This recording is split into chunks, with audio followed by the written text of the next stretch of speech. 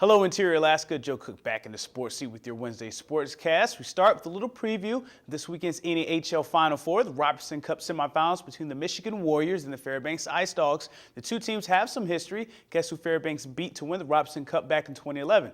Yep. Michigan, a 4-2 final in that game. Current Ice Dogs Taylor Munson, Colton Walter, and Nick Hens were part of that Robbie Cup team. Michigan has no current players from that 2011 roster, but head coach Mo Mantha is still the bench boss. So who are the Warriors? The Warriors went 30-20-10 in the regular season, finishing second in the North Division. They swept the Janesville Jets and defeated the #1 North seed Port Huron 3-1 to get to the semis.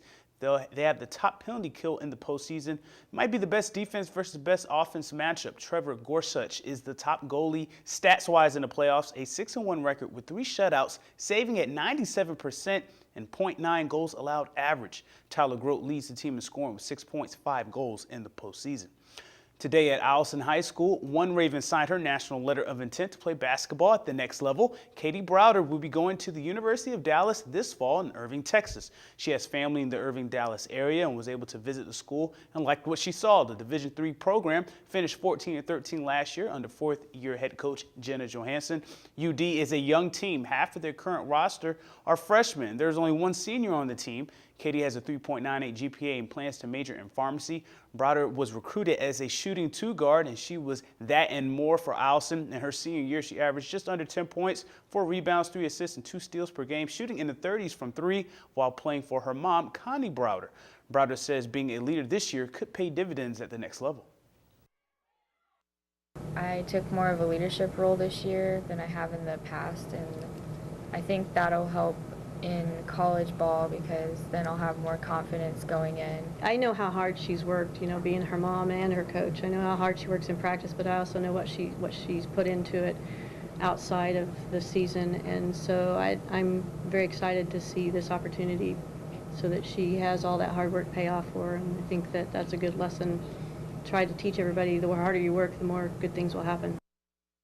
And as one leaves, more come in. The UAF men's basketball team, they pick up 3 junior college players for next season. Eric Fong from Zurich, Switzerland, comes in from Whatcom Community College, the 6'4", put up 11.4 points and 5.7 rebounds per game, shooting 44% from 3 as Whatcom won the North Region title of the NWA ACC. Isaac Landines brings some size. The 6'8" center is from Arlington, Washington, and last year for Skagit CC, he averaged 7.8 points and 4.8 rebounds per game, shooting 57%. Then you have Ruben Silvas from Sells, Arizona. Last year with Tohono O'odham CC, the 6'3" guard was Mr. Efficient, shooting 56% from the field and 47 from 3, averaging 11.6 points, 5 boards, and 2 steals per game. Significant signing because not only is he from the same conference in Arizona that Andrew Kelly came from, but he's the first of the Pascua Yaqui tribe to land a college basketball scholarship. And last night, 4 high school softball teams had their season openers at the South Davis Fields. Last year's champions clashed. The MAC champion Allison Ravens and Rail Belt champion Lathrop Malamutes faced off in a non-conference game. It was all Lathrop in this one. The Malamutes were up 7-0 after a grand slam from Selena Maxwell. Her first career home run was a grand slam. How about that? Kimmy Duffield also hit her first career home run that evening.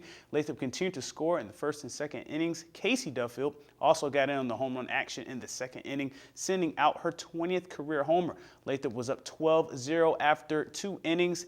Casey Duffield and Kelly Regan in her first game combined on the shutout from the pitching circle, 6 Ks and 2 hits between them. Lathrop wins their season opener 16-0 in 3 innings. And the other non-conference season opener, West Valley took on North Pole. The Wolfpack manufactured runs early in this one, getting a 7-0 lead at the end of the first inning. They led 10-0 at one point, but North Pole's Paige Sherman had a RBI single to prevent the shutout. The Patriots tried to come back late, but the margin was too big, and West Valley wins their season opener 10-4 over North Pole. Also in prep sports, area high school soccer teams had their first games on the Interiors pitch. The Lathrop Malamutes and North Pole Patriots split in their first meetings of the year. In the girls' game, the Malamutes continued their great start to the year. A duo was too hot to handle as Alexis Shipman and Savannah Garrett both had 3 goals for the Malamutes. Lathrop was up 3-0 at the half and tacked on another 4 in the second half. Michaela Triplehorn has not allowed a goal this season. The Lathrop shuts out North Pole 7-0 on Tuesday night, and the Mutes are making noise with a 4-0 record. In the boys' game, it was the $1 Million Man show. Josh Million scored 5 goals for the Patriots, 2 right before halftime, and then a hat trick in the second half. Lathrop had his best offensive game of the year with 3 scores, but too much million as North Pole wins 6-3. And that's a wrap for sports tonight. Mike Schultz is next with your full weather forecast, and we'll catch you next time.